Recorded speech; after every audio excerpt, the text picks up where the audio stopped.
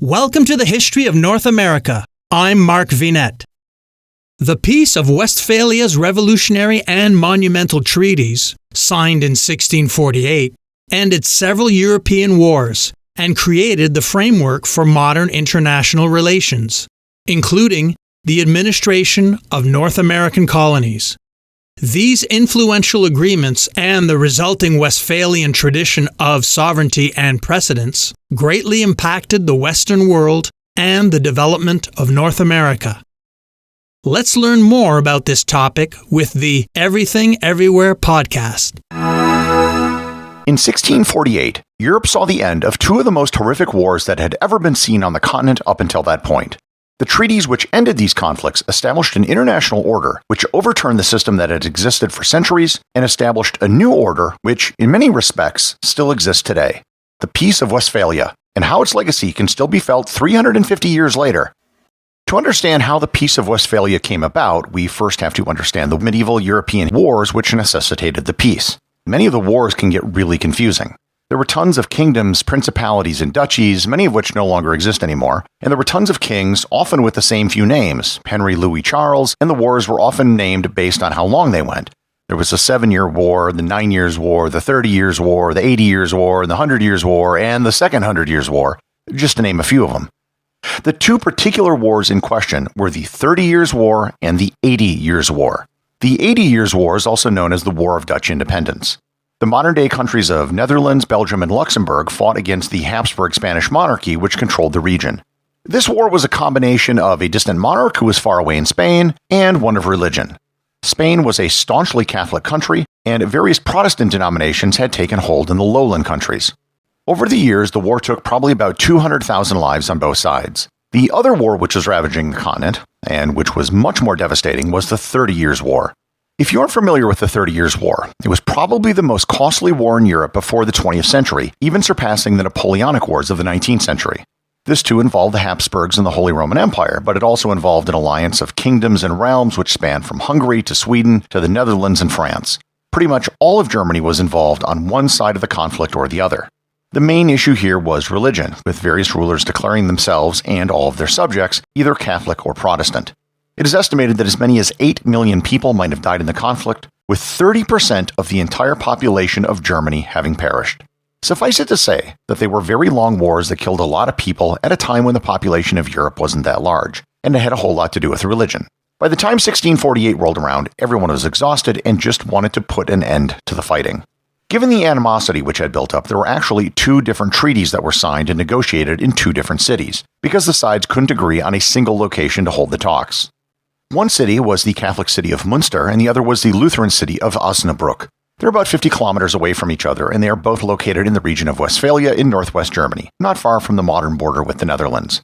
Both cities were considered neutral territory for the duration of the negotiations. The talks involved 109 delegates from all the various warring parties, and it took 5 years to hammer out. In the end, 3 separate treaties were signed. The first was the Peace of Münster, which ended the 80 Years' War between Spain and the now recognized and independent Dutch Republic. This was signed on January 30th, 1648. The other 2 treaties were both signed on October 24th, 1648. These were the Treaty of Münster between the Holy Roman Empire, France, and the Dutch Republic, and the second was the Treaty of Osnabrück, which ended the 30 Years' War. The primary signatories of this treaty were the Holy Roman Empire and Sweden, with some other smaller allied states. Many leading intellectuals of the time, such as Gottfried Leibniz, Jean-Jacques Rousseau, Immanuel Kant, and Friedrich Schiller, felt that the Peace of Westphalia, which is the term used to collectively describe all 3 agreements, was a first step towards universal peace. The history of the wars and the signing of the treaty is really just a background for the Westphalian sovereignty. This phrase basically describes the current legal international order with nation-states. In fact, many have gone so far as to say the Peace of Westphalia basically created the modern notion of the nation-state. To explain what that means, let me describe the state of affairs before the Peace of Westphalia and how the treaties changed that. Prior to Westphalia, sovereignty was a very messy subject. There were overlapping rights to land based on hereditary rule. The idea of sovereignty was, for the most part, based on individuals who claimed the right to rule from God. A great example would be England and France. England was a kingdom with a king, and France was a kingdom with a king. In a certain way, at the international level, France and England were of equal status. However, The King of England was also the Duke of Normandy, and the Duke of Normandy was also a vassal, in theory, to the King of France. So, how could the king be both an equal and yet a vassal? And there were all sorts of these conflicting claims of sovereignty and loyalty all over Europe. A lord might owe allegiance to two different kings, or a king may have to pay taxes to another king for some bit of land that they inherited a century ago because of some marriage. But who really held sovereignty over a region? Was it a faraway emperor, or some other ruler who actually lived there and managed the affairs of his land? Did sovereignty and power lie in the larger, more abstract ruler, or in the more particular local ruler? This all came to a head during the Protestant Reformation when some rulers became Protestant and made their subjects join them. On top of all of this, there was the supranational institution of the Catholic Church. The Pope claimed the right to appoint, or at least approve, monarchs anywhere in Christendom. The Peace of Westphalia basically did away with all of that. It established the idea that there are countries with borders, and how each country is run or administered within those borders is up to that country. No other country, emperor, or pope could dictate what that country did. It also established that all countries were, at least in an international legal sense, equal. It didn't matter if a country was run by a king, a prince, a duke, or if it was even a republic. A country was a country. A ruler could do whatever they wanted within their borders, and they had no say in what someone else did within their borders. There were still kings and emperors and princes to be sure, but now it just made everyone's space on the map its own thing.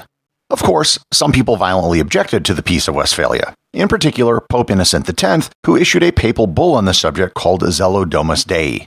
In it, he said it was, quote, null, void, invalid, iniquitous, unjust, damnable, reprobate, inane, empty of meaning and effect for all time, end quote. Pretty much everyone in Europe just ignored the papal bull, and it marked the start of the decline of the papacy as a political force. If the idea of Westphalian sovereignty sounds like common sense, and just the way the world works, it wasn't necessarily at the time. The idea of Westphalian sovereignty wasn't created out of some philosophical treatise. It was really just a reflection of the reality on the ground.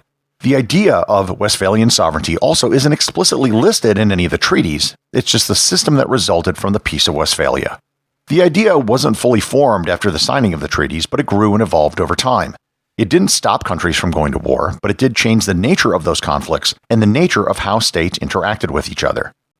Probably the biggest exception to Westphalian sovereignty was the colonial system, where colonies were not legally equal to their colonizing country. But even then, if you look at almost every colony which was established by a European power, the way they were administered was very different from how vassal states were run before Westphalia. Colonies, whether they were British, French, Spanish, or Dutch, were all centrally administered or run by an appointed governor and usually weren't set up with local dukes, princes, and barons. In fact, the entire history of decolonization, when looking at it through the lens of Westphalian sovereignty, was simply former colonies trying to achieve legal and diplomatic equality with their former overlords in a Westphalian framework. Likewise, as countries outside of Europe modernized, they too organized their international relations in Westphalian terms because it just worked, and there really wasn't anything else in place for international relations between countries so far away. There's probably no greater expression of Westphalian sovereignty than the Charter of the United Nations, which explicitly states that all members are equal, and that, quote, nothing shall authorize the United Nations to intervene in matters which are essentially within the domestic jurisdiction of any state, unquote. Unless, of course, you're talking about the Security Council, in which case some countries are more equal than others. If you think back on the history of the world over the last 120 years, there have been many horrendous things that have happened. The biggest have almost always stemmed from some country invading some other sovereign country. Civil wars and conflicts within countries don't usually receive the same level of world attention unless some other power tries to intervene. Since the end of World War II, open warfare between sovereign countries has become much rarer than it was beforehand. Many thinkers on the subject have claimed that we've either gone past Westphalian sovereignty or that we should. To be sure, there are institutions like the UN and the International Criminal Court and other multinational organizations, but they're all voluntary. Other than trying to physically or financially coerce another country, there really isn't a whole lot that can be done. The system of international relations all stems from a system that was developed in 1648 to stop one of the worst wars in history at that time. I'm Mark Vinette, and I hope you're enjoying the ride.